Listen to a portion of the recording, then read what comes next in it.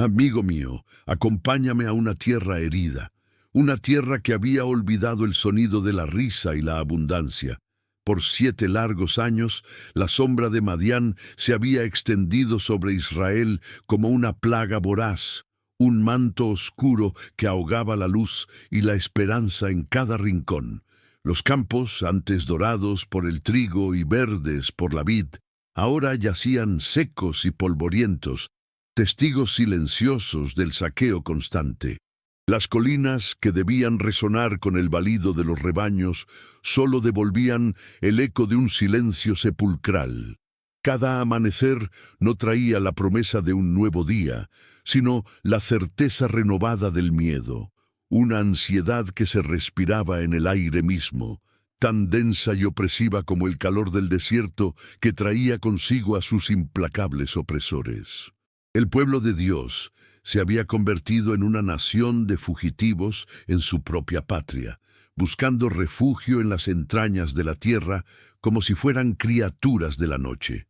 Abandonaron sus hogares y se escondieron en las cuevas frías y húmedas de las montañas, en grietas y en fortalezas improvisadas que apenas los protegían. La opresión de los madianitas no era solo militar, era un ataque directo al alma de Israel, diseñado para quebrar su espíritu. Año tras año, al tiempo de la cosecha, llegaban como una plaga de langostas, un enjambre incontable de hombres y camellos que devoraban todo a su paso, dejando tras de sí solo la desolación, el hambre y el eco de las oraciones que parecían no ser escuchadas. En el corazón de este territorio desolado, en la modesta aldea de Ofrá, perteneciente a la tribu de Manasés, vivía un hombre que era el perfecto reflejo de su nación. Se sentía invisible, impotente y olvidado. Su nombre era Gedeón, hijo de Joás. No albergaba en su pecho sueños de grandeza, ni se veía a sí mismo como un libertador. Al contrario, el peso de la vergüenza familiar y tribal lo mantenía anclado a una percepción de absoluta insignificancia. Se consideraba a sí mismo como el más pequeño en la casa de su padre, y a su clan como el más débil y pobre de toda su tribu. Era un hombre común, atrapado en tiempos extraordinariamente crueles, un alma anónima perdida en la multitud del sufrimiento. En un día como cualquier otro, bañado por un sol que parecía burlarse de la oscuridad de sus vidas, encontramos a Gedeón sumido en una tarea secreta. No estaba en la era, al aire libre, donde el viento ayuda a separar el grano de la paja, pues ese lugar era un escenario de peligro mortal. En cambio se había ocultado en un lagar, un foso excavado en la roca destinado a pisar uvas para hacer vino. En ese espacio estrecho y asfixiante, con el olor a tierra húmeda y a uvas fermentadas impregnando el aire, sacudía el poco trigo que había logrado salvar. Cada golpe de su vara era un acto de desafío, pero también un recordatorio de su pavor, actuando con la cautela de un ladrón que roba su propio pan.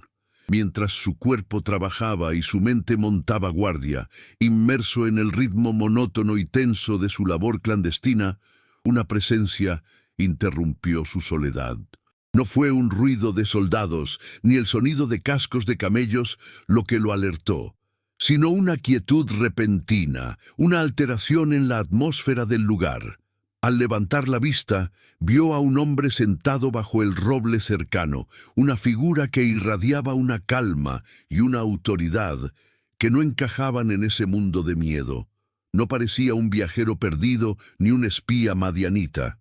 Su porte era sereno, sus ojos profundos, y su mirada sobre Gedeón no era de juicio ni de amenaza, sino de una observación paciente, como si lo hubiera estado esperando desde siempre.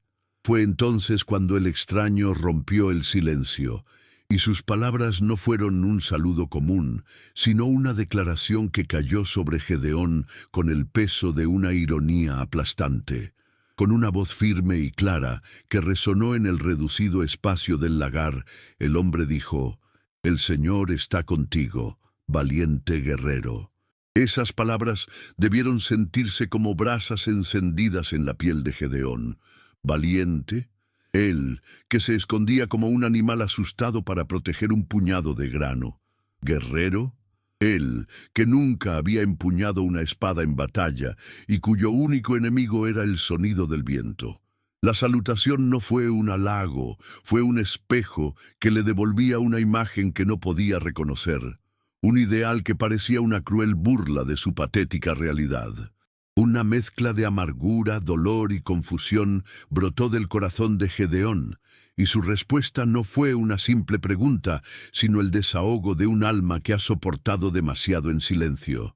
Se enfrentó al extraño, y en su voz temblaba la frustración de 7 años de oraciones sin respuesta. Ah, Señor mío, si el Señor está con nosotros, ¿por qué nos ha sobrevenido todo este mal? ¿Dónde están todas aquellas maravillas que nuestros padres nos contaron? ¿No nos sacó el Señor de Egipto?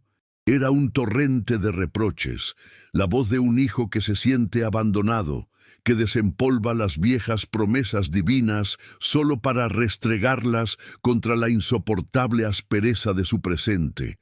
Un presente en el que Dios parecía haberse marchado.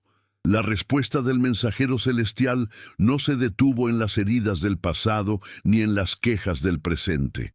En cambio, le entregó a Gedeón una orden tan desconcertante como su saludo inicial. Una misión que parecía surgir directamente de su debilidad. Ve con esta tu fuerza y salvarás a Israel de la mano de los madianitas. ¿No te envío yo? Ve con esta tu fuerza. No se refería a una fuerza muscular o a un poder oculto, sino a la fuerza que Gedeón acababa de demostrar, la fuerza de su dolor, de su frustración, de su fe herida pero aún viva, de su anhelo por las maravillas pasadas. Dios no estaba buscando a un héroe, estaba buscando un recipiente vacío y roto para llenarlo con su propio poder. La orden divina resonaba aún en la mente de Gedeón, una mezcla imposible de honor y terror. ¿Con qué salvaré yo a Israel?, repitió en el silencio de su alma, mientras sus ojos recorrían su propio cuerpo, sus manos acostumbradas a la herramienta y no a la espada, su espíritu encogido por años de opresión. Se sentía como un fraude, un actor al que le habían entregado un papel de rey, siendo apenas un mendigo. La lógica humana gritaba que era un plan destinado al fracaso, una misión suicida. ¿Cómo podría él, el más insignificante, liderar a una nación de hombres atemorizados contra un enemigo que cubría la tierra como la arena del mar? Era una petición tan vasta que amenazaba con aplastarlo antes de dar el primer paso. Necesitaba una prueba, un ancla para su fe vacilante, una señal tan personal e innegable que silenciara el tumulto de sus dudas. Con una audacia nacida de la desesperación, le pidió al mensajero una demostración de su poder, un milagro que pudiera ver y tocar. No era una falta de respeto, sino una súplica honesta de un corazón que anhelaba creer, pero que estaba atrapado en la prisión de la realidad.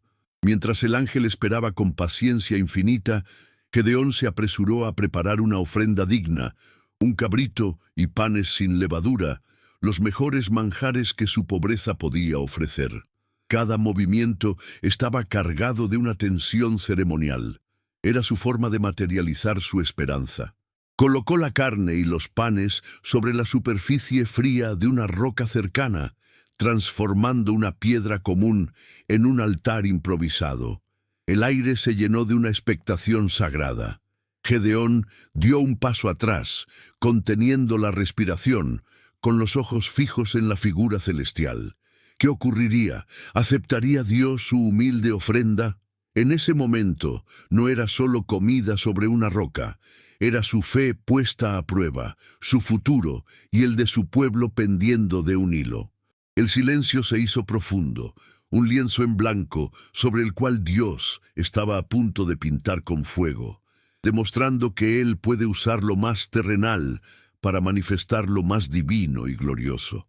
Entonces el ángel extendió el bastón que llevaba en su mano.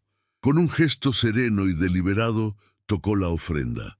En el instante en que la punta del bastón hizo contacto con la carne y el pan, de la roca inerte brotó una llama sobrenatural, un fuego que no quemaba con calor terrenal, sino con la intensidad pura del poder divino. La ofrenda fue consumida en un abrir y cerrar de ojos, no de forma natural, sino arrebatada por el fuego sagrado. Y tan súbitamente como apareció la llama, el ángel del Señor desapareció de su vista, dejando a Gedeón solo con el olor a humo y el eco de un milagro imposible en el aire.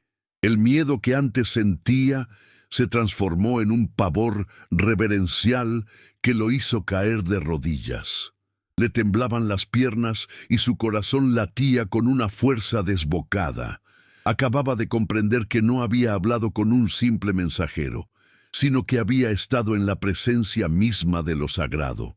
«¡Ay de mí, Señor Dios, pues he visto al ángel del Señor cara a cara!», exclamó, convencido de que moriría, como dictaba la creencia de que ningún hombre podía ver a Dios y seguir con vida. Pero la voz del Señor lo alcanzó en su terror, no para castigarlo, sino para consolarlo. «La paz sea contigo, no tengas temor, no morirás». Con el consuelo divino aún vibrando en su espíritu, Gedeón recibió su primera misión, una prueba de obediencia que debía llevar a cabo esa misma noche. No se le pidió que reclutara un ejército, sino que purificara su propia casa.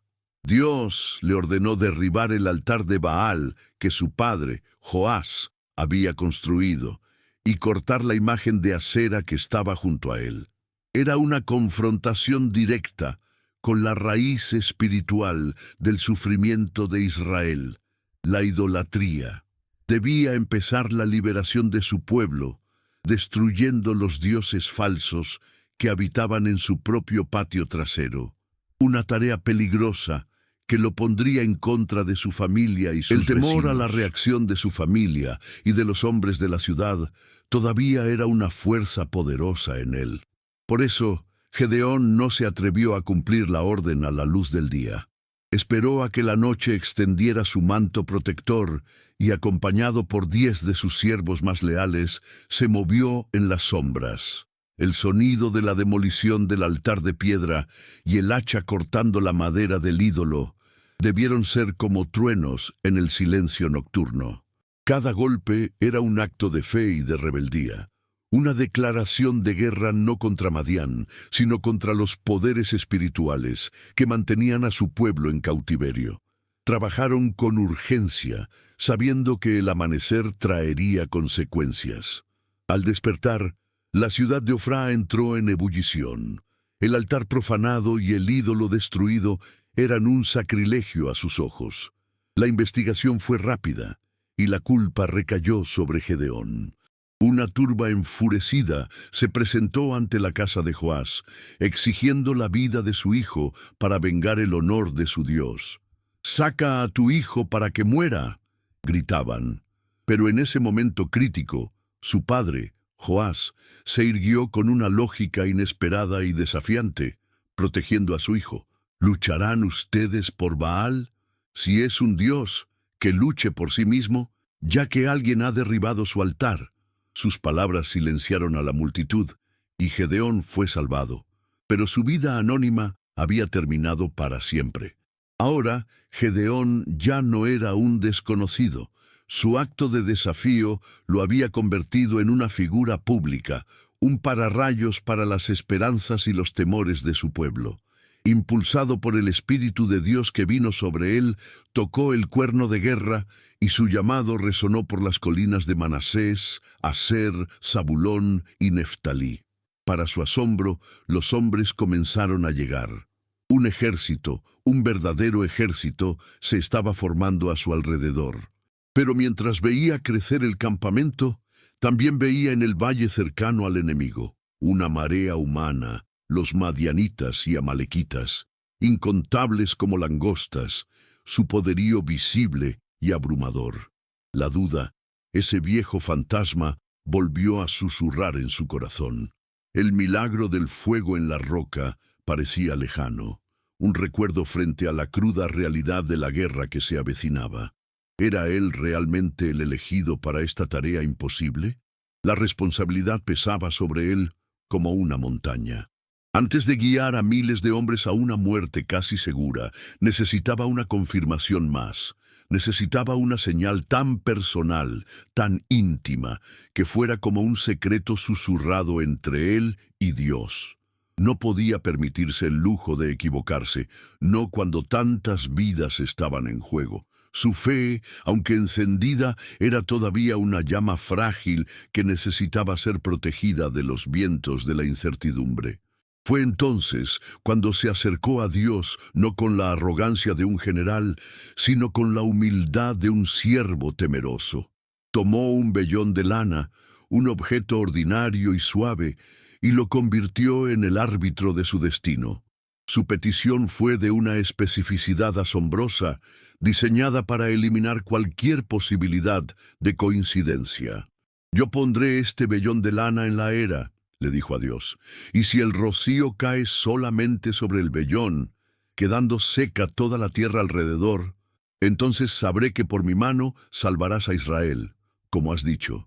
Era una oración audaz, un ruego por una certeza absoluta antes de dar el siguiente paso. La noche que siguió fue, sin duda, la más larga de la vida de Gedeón. Mientras su improvisado ejército dormía, él velaba con la mente fija en ese trozo de lana que yacía bajo el cielo estrellado. Cada hora que pasaba aumentaba la tensión. ¿Respondería Dios a una prueba tan peculiar? ¿O se encontraría con el silencio, abandonado a sus propias conjeturas? Al llegar las primeras luces del alba, se acercó a la era con el corazón en un puño. El aire de la mañana era fresco y húmedo. Se arrodilló, extendió una mano temblorosa y tocó la lana. Estaba completamente empapada, como si hubiera sido sumergida en un río. Al exprimir el vellón, el agua brotó en abundancia, llenando un tazón entero. Miró a su alrededor. La tierra, las piedras, el polvo, todo estaba perfectamente seco. Fue un milagro silencioso, una respuesta inequívoca solo para sus ojos. La alegría y el alivio debieron inundarlo, pero la naturaleza humana es un terreno fértil para la duda. Una voz persistente en su interior comenzó a razonar. ¿No es natural que la lana, por su textura, absorba más humedad que la tierra dura? Tal vez, solo tal vez, había una explicación lógica. Esa pequeña semilla de incertidumbre era todo lo que el miedo necesitaba para intentar volver a crecer. Con una mezcla de vergüenza y una necesidad desesperada de estar 100% seguro, Gedeón se atrevió a dirigirse a Dios una vez más. «No se encienda tu ira contra mí», suplicó. «Permíteme probar solo una vez más». Invirtió las condiciones de la prueba, haciéndola aún más antinatural y desafiante a la lógica. «Te ruego que solo el vellón quede seco y que el rocío cubra toda la tierra». Pedir un milagro es una cosa, pedir que se revierta es llevar la fe al límite extremo. Esperó otra noche, poniendo toda su confianza en la paciencia y la gracia de un Dios que entiende la fragilidad humana. Cuando el sol se levantó al día siguiente, Gedeón corrió hacia la era. La escena que encontró disipó para siempre hasta la última sombra de duda en su alma. El suelo a su alrededor brillaba, cubierto por una espesa capa de rocío que mojaba sus sandalias. Cada brizna de hierba y cada guijarro estaban cubiertos de gotas de agua. Pero en el centro, el vellón de lana estaba completamente, milagrosamente seco, como si una cúpula invisible lo hubiera protegido. Ya no había más preguntas. Dios no solo lo había llamado, sino que había descendido para encontrarse con él en su debilidad, respondiéndole en un lenguaje que su corazón temeroso podía finalmente comprender por completo. Y así, con su fe forjada en el fuego y confirmada en el rocío, Gedeón se volvió para enfrentar a su ejército y a su destino. La pequeñez que antes lo definía había sido reemplazada por una confianza tranquila, no en sí mismo, sino en el poder del Dios que hace que la lana mojada se seque y que las rocas ardan en llamas. Ya no era Gedeón, el agricultor asustado que se escondía en un lagar. Era Gedeón, el instrumento elegido, el hombre que había conversado con Dios en el silencio de la noche y que ahora estaba listo para marchar, sabiendo que la victoria no dependía del tamaño de su ejército, sino de la inmensidad del Dios que iba delante de él. Con una fe renovada y 32.000 hombres reunidos bajo su estandarte, Gedeón contempló a su ejército. Por primera vez, una sensación de poder militar tangible debió recorrerlo. El número era considerable, un despliegue de fuerza que no se había visto en Israel en mucho tiempo.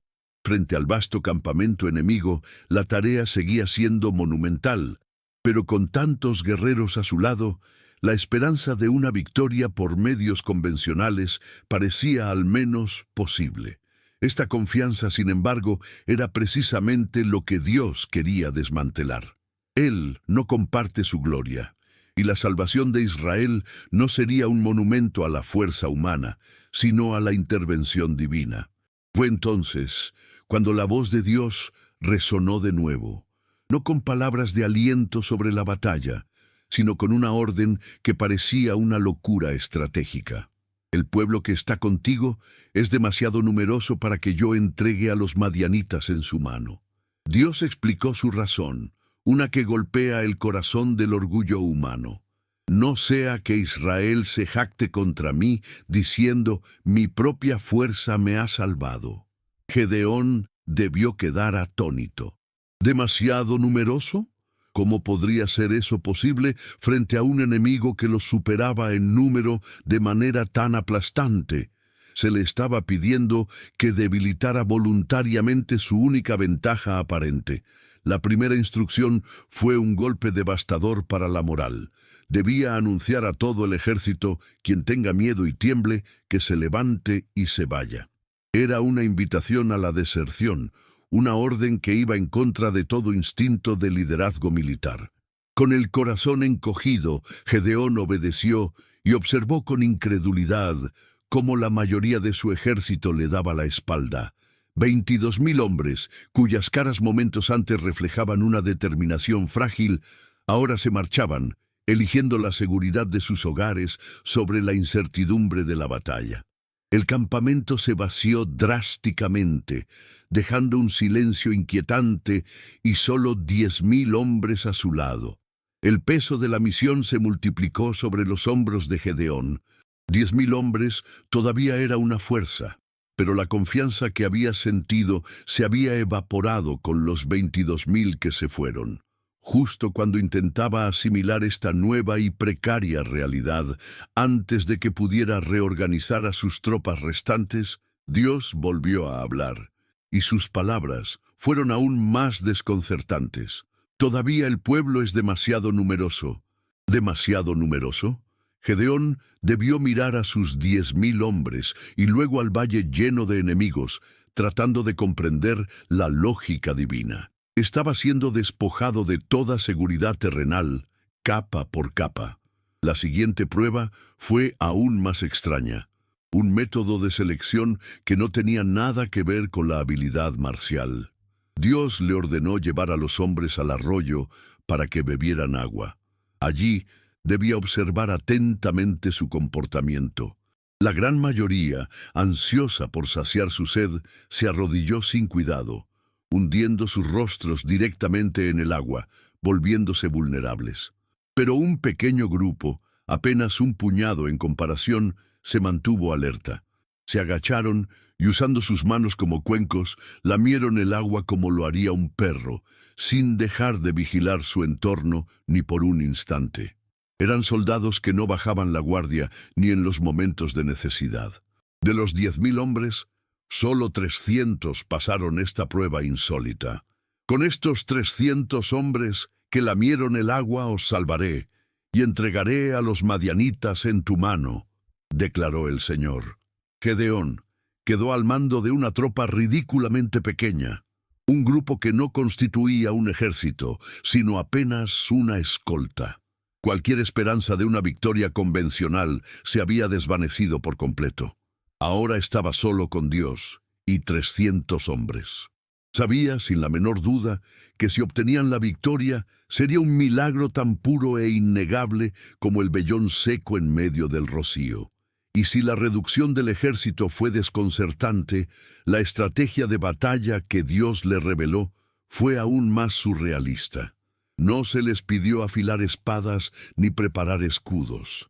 En cambio, cada uno de los 300 hombres recibió un equipo de lo más peculiar: una trompeta hecha de cuerno de carnero, una antorcha encendida y una vasija de barro vacía para ocultar la luz de la llama. La orden era rodear el campamento enemigo en la oscuridad de la noche, y a una señal, realizar 3 acciones simultáneas: romper las vasijas, agitar las antorchas y tocar las trompetas con todas sus fuerzas. Era una guerra psicológica, un ataque de sonido y luz.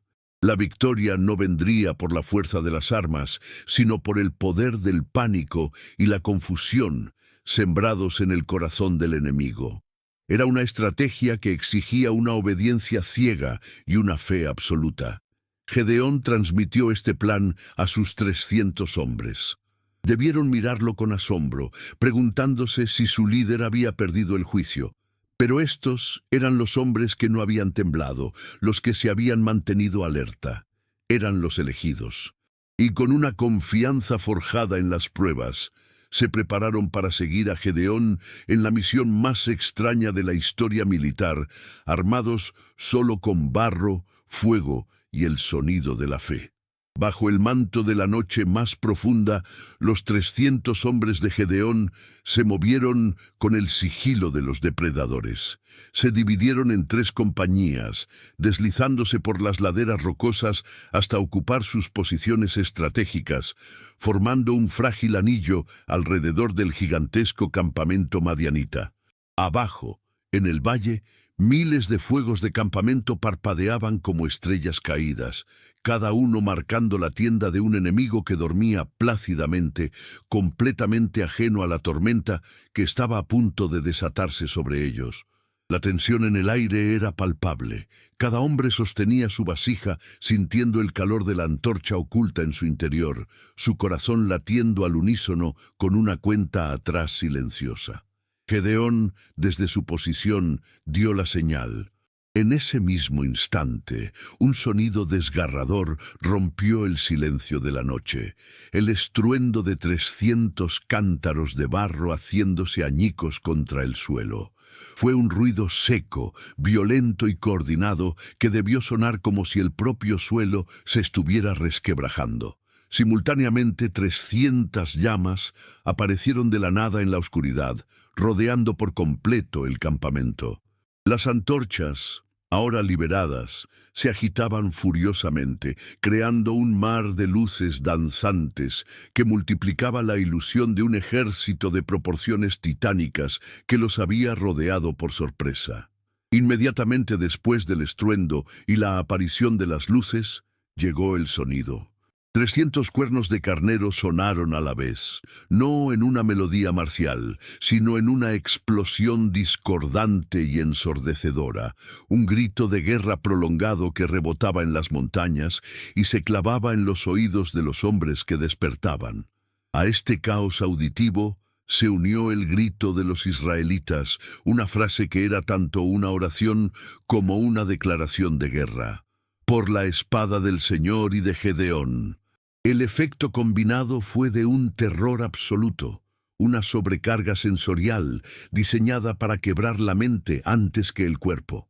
Dentro del campamento madianita, el pánico fue instantáneo y total. Despertados bruscamente de su sueño, se encontraron sumidos en una oscuridad casi total, interrumpida solo por luces fantasmales que parecían estar en todas partes, y asediados por un ruido infernal que venía de todas las direcciones. En su confusión y terror, no podían distinguir a sus propios compañeros de los supuestos invasores. Cada hombre armado se convirtió en una amenaza, cada sombra en un enemigo. El pánico se convirtió en una paranoia colectiva y comenzaron a atacarse unos a otros en una orgía de violencia ciega y desesperada. El vasto y poderoso ejército de Madián se desintegró desde adentro hacia afuera sin que un solo soldado israelita tuviera que levantar su espada contra ellos. Gedeón y sus 300 hombres simplemente se mantuvieron en sus posiciones, sosteniendo sus antorchas y tocando sus trompetas, convertidos en los directores de una sinfonía de caos divinamente orquestada. Observaron con asombro cómo la obra de Dios se desarrollaba ante sus ojos, cómo una fuerza invencible se devoraba a sí misma, presa del terror que el Señor había sembrado en sus corazones. La victoria fue completa, absoluta y enteramente sobrenatural. Sin embargo, la batalla ganada no significaba el fin de la guerra. En la confusión de la huida, muchos madianitas lograron escapar, entre ellos sus 2 reyes, Seba y Salmuna, la cabeza de la serpiente. Gedeón sabía que mientras ellos siguieran libres, la amenaza podría resurgir. A pesar del agotamiento extremo que sentían él y sus hombres después de una noche tan intensa, no dudaron. Con una determinación de hierro, iniciaron una persecución implacable, siguiendo el rastro de los líderes enemigos que huían para salvar sus vidas, decididos a no dejar la obra de liberación a medias.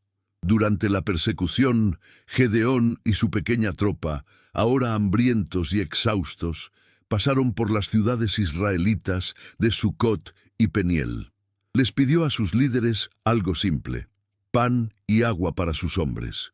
Pero los líderes de estas ciudades, viendo su pequeño y cansado ejército y dudando de que realmente pudiera capturar a los reyes enemigos, se negaron con desprecio y burla. ¿Acaso tienes ya en tu poder a Seba y a Salmuna para que demos pan a tu ejército?, le dijeron. Este rechazo por parte de su propio pueblo en medio de la misión de Dios no hizo más que endurecer la resolución de Gedeón. La persecución continuó, impulsada ahora no solo por el deber, sino también por una justa indignación.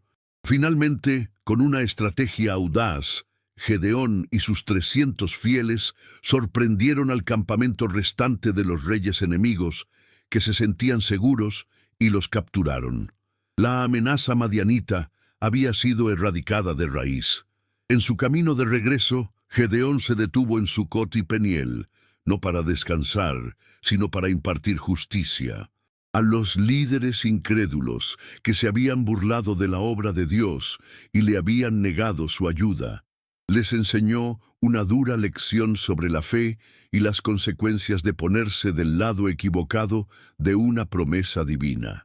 Con los reyes enemigos capturados y la opresión finalmente terminada, Israel pudo respirar en paz por primera vez en 7 largos años. La nación entera celebró a Gedeón no solo como un héroe, sino como un libertador enviado por el cielo. El hombre que una vez se escondió en un lagar, ahora era el centro de la admiración y la gratitud de todo un pueblo. En medio de la euforia de la victoria, los ancianos de Israel se acercaron a él con una propuesta que representaba el máximo honor terrenal. Le ofrecieron una corona, la monarquía hereditaria para él y su linaje. «Gobierna sobre nosotros», le rogaron, «tú y tu hijo y el hijo de tu hijo, pues nos has librado de la mano de Madián». La oferta era increíblemente tentadora.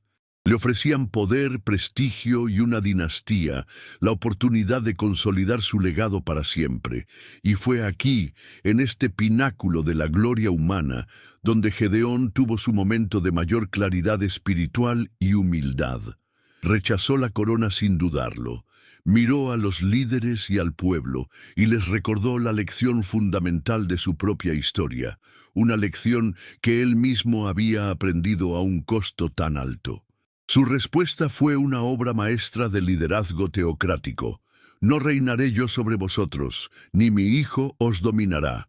El Señor reinará sobre vosotros». Con estas palabras, Gedeón desvió toda la gloria de sí mismo y la dirigió hacia su verdadera fuente. Reconoció que él solo había sido el instrumento, la vasija de barro, y que el poder, la victoria y el gobierno pertenecían única y exclusivamente a Dios. Fue un acto de renuncia sublime, la decisión de un hombre que, habiendo probado el poder más grande, eligió permanecer como un siervo en lugar de convertirse en un rey. Sin embargo, querido amigo, incluso los corazones más nobles pueden albergar puntos ciegos. Después de este acto de gran humildad, Gedeón hizo una petición que parecía inocente, casi trivial. Les pidió a los hombres de Israel que cada uno le diera los zarcillos de oro que habían tomado como botín de los madianitas. El pueblo, feliz de complacer a su héroe, accedió de inmediato, entregándole una enorme cantidad de oro. La intención de Gedeón, quizás, era crear un memorial, un recordatorio físico y perpetuo de la gran victoria que Dios les había concedido. Con todo ese oro, Gedeón mandó a hacer un efod, una vestidura sacerdotal ricamente elaborada, y la exhibió en Ofrá, su ciudad natal.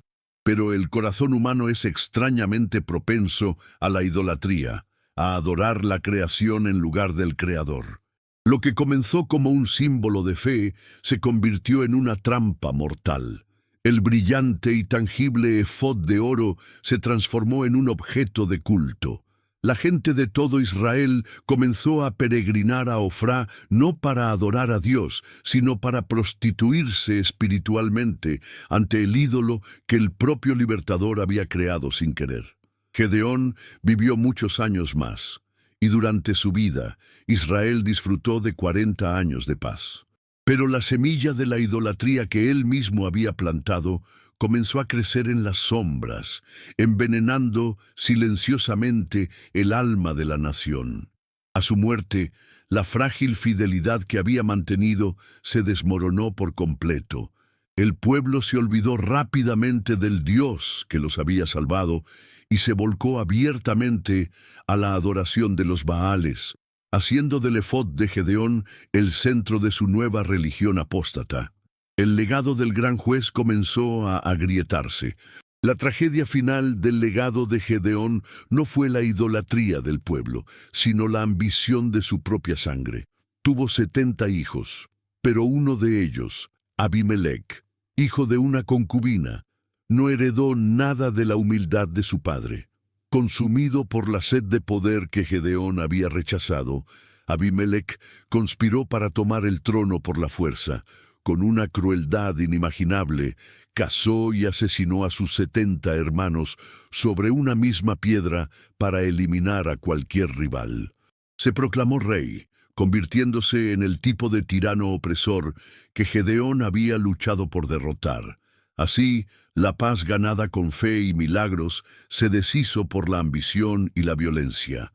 La historia de Gedeón es un poderoso y solemne recordatorio para todas las almas. Nos enseña que Dios puede levantar al más débil para confundir al más fuerte y que la verdadera victoria solo se encuentra en la obediencia. Pero también nos advierte que incluso después del milagro más grande, el orgullo humano y un pequeño desvío del corazón pueden plantar las semillas de la ruina, recordándonos que toda la gloria siempre debe ser devuelta a Él, y solo a Él.